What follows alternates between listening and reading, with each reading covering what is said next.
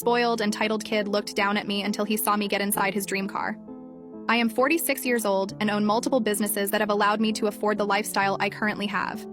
I've been homeless multiple times, and family members didn't help me throughout my 20s. It was pretty rough. I've always been passionate about cars since I was a child, but I never had the opportunity to modify my own car. I often saw nicer cars driving past me when I was homeless and made a promise to myself that I would eventually own one. It took me 20 long years to get to where I am today, and I've always maintained the same appearance. No, I do not stink or look like I did when I was homeless. But I dress in plain clothes, and my appearance doesn't scream rich or wealthy from an outside perspective. It was a choice I've made to stay grounded.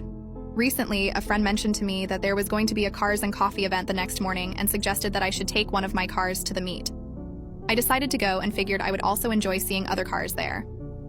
The morning came, and I decided to take my bright red 99 NSX, which I have modified over the years. When I started pulling up, everyone stared and began following me to where I was parking. I felt happy seeing all the kids and teenagers with their bright smiles pointing at my car. When I parked, I already had people waiting for me outside, eager to talk. A couple of middle-aged guys shook my hand, and we ended up talking about cars and what I'd done to mine. Throughout the morning, I met a ton of cool people, and someone even convinced me to make an Instagram page for my car. I guess giving them my Facebook account threw them off a little when they asked for my social media. As the meet started to wind down, I took some time just admiring my car and reminiscing about the struggles in my 20s. While I was looking at my car, I saw a little brown dot near my front bumper and decided to check it out. I bent over and started carefully wiping it with my shirt until a teenager, maybe about 20 years old, came up to me with his friend and told me to stop touching his dad's car. I looked up, confused, and said, "Excuse me?" He approached me, pushed my hand out of the way and said, "I told you to get your hands off my dad's car. Do you not know how expensive this is?" I started thinking to myself if I was the only NSX at the meet, but I didn't see any others. What other red NSX has BBS rims and is lowered to the ground besides mine in my city? As I was about to reveal that this was my car, his friend cut me off and laughed, saying, "Look at how she's dressed. She probably doesn't know how much this car costs." I looked at both of them, completely shocked. I wondered to myself if this kid's generation is the one that's going to be taking over. I was cheering on my brother when his crazy and jealous girlfriend threatened me. My brother and I are close.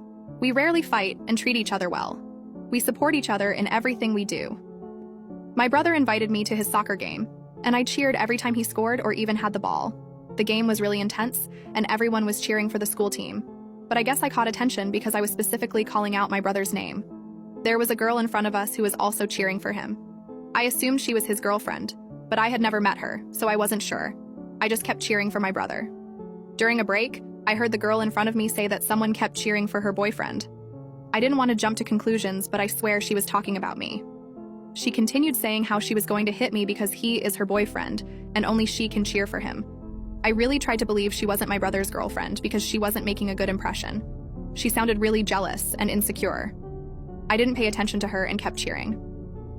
My brother's team won, and I quickly went down to congratulate him.